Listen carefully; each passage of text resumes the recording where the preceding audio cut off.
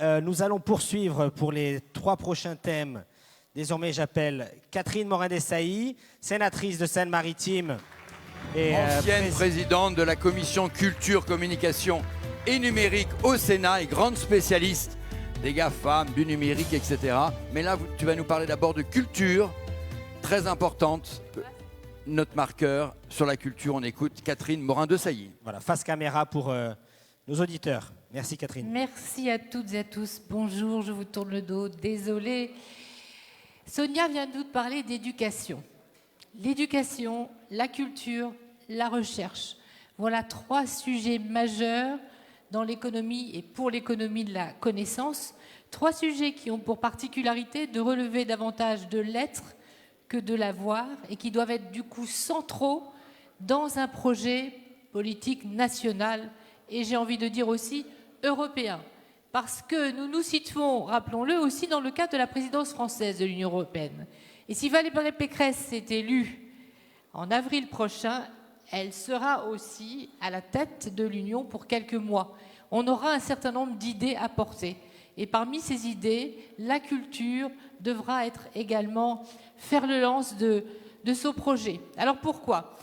La France est indissociable, chers amis, de la culture. C'est l'héritage de l'humanisme, des Lumières, des valeurs de notre République, liberté, égalité, fraternité. La culture française, elle s'est aussi ouverte dans le cadre d'un dialogue à travers le monde. Elle s'est nourrie de différentes influences. Elle porte un message atemporel et universel. Et aujourd'hui, je crois que plus que jamais, ce legs et ce message ont besoin de se faire entendre face, on l'a tous noté, aux obscurantismes, au barbarisme, aux tentatives de déboulonnage de nos statuts et de réécriture de notre histoire. On a besoin aussi, face aux messages de mort, face aux théories du complot qui pullulent sur Internet, on a besoin de remettre de la culture et du sens. Alors la culture, c'est de l'écoute, c'est du sens, c'est de la réflexion, c'est de la compréhension du monde et c'est de la compréhension des autres. Donc pour refaire sens, pour refaire nation, pour recréer du lien, pour que chacun se soit intégré au cœur de notre nation, il faut faire acte de culture. Éducation, culture, Sonia le sait, on a travaillé ensemble. J'ai oublié de dire qu'on avait travaillé beaucoup ce projet avec toi, avec Thierry Sémelière, le maire de Saint-Quay-Portrieux, mais aussi avec les collègues de la commission culture du Sénat qui sont là, Jean Ingré et puis Pierre-Antoine Lévy. Nous voulons un nouvel élan pour la culture, nous voulons une nouvelle ambition. Alors ça passe tout simplement par d'abord l'éducation artistique et culturelle. J'ai vu que c'était dans le programme de Valérie Pécresse, c'est aussi dans celui que nous apportons. Une éducation scientifique renforcée pour pouvoir parler de manière raisonnée face au complot et tout et n'importe quoi qui se raconte sur les réseaux sociaux. Une éducation plus que jamais au numérique et aux médias, maintenant que tous les enfants sont scotchés devant les écrans. Et puis, bien sûr, l'éducation, c'est la transmission. La transmission, c'est le patrimoine. Les patrimoines. Et mesdames, revendiquons, ce n'est pas du féminisme déplacé ou exacerbé, revendiquons le mot matrimoine. Ce n'est pas un élogisme. Matrimoine, ce qui vient de nos mères, patrimoine, ce qui vient de nos pères. Et je pense que c'est très important aussi que l'on reconnaisse que dans notre histoire, il y a eu de grandes compositrices, qu'il y a eu de grandes autrices, qu'il y a eu de grandes écrivaines, qu'il y a eu de grandes artistes.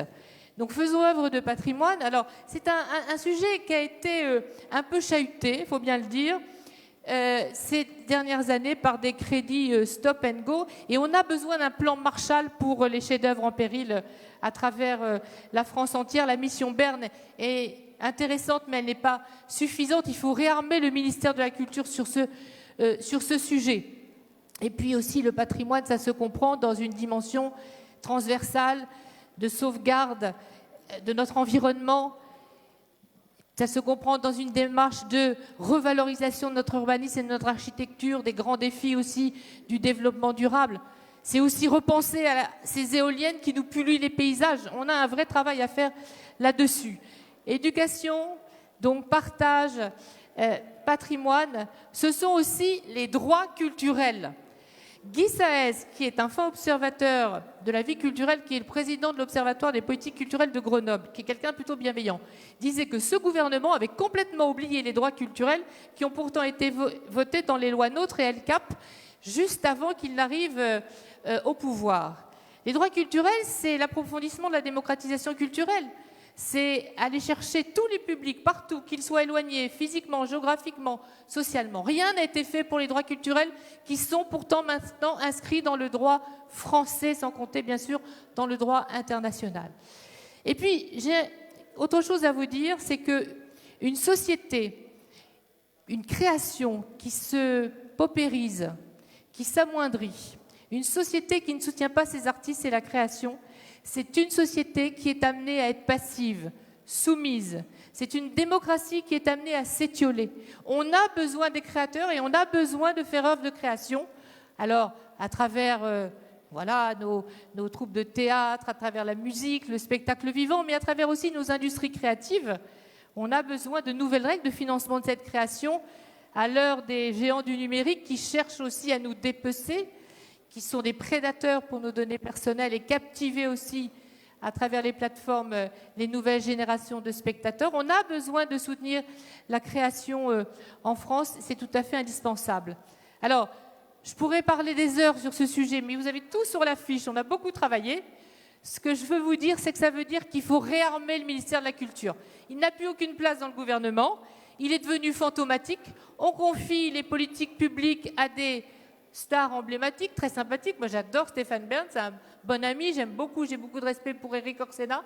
Mais de grâce, je pense que le ministre de la Culture ou la ministre de la Culture ne peut plus changer tous les 2 ans. Parce que ce qui s'est passé, tous les 2 ans, un changement. Donc, on ne peut pas avoir de vision de long terme. Il faut réarmer ce ministère, il faut qu'il s'inscrive. Et vous êtes nombreux à être élus locaux dans cette salle, dans une dialectique nouvelle et différente avec les collectivités territoriales qui financent pour les 2/3 la culture et qui ont à partager et à co-construire ces nouvelles politiques publiques de la culture au bénéfice de tous les Françaises et tous les Français. Je vais m'arrêter là parce que j'aurais trop de choses à dire, mais en tout cas, vive la culture, faisons acte de culture. C'est un investissement pour l'avenir et c'est un investissement pour l'humain. Bravo à Catherine qui est une passionnée.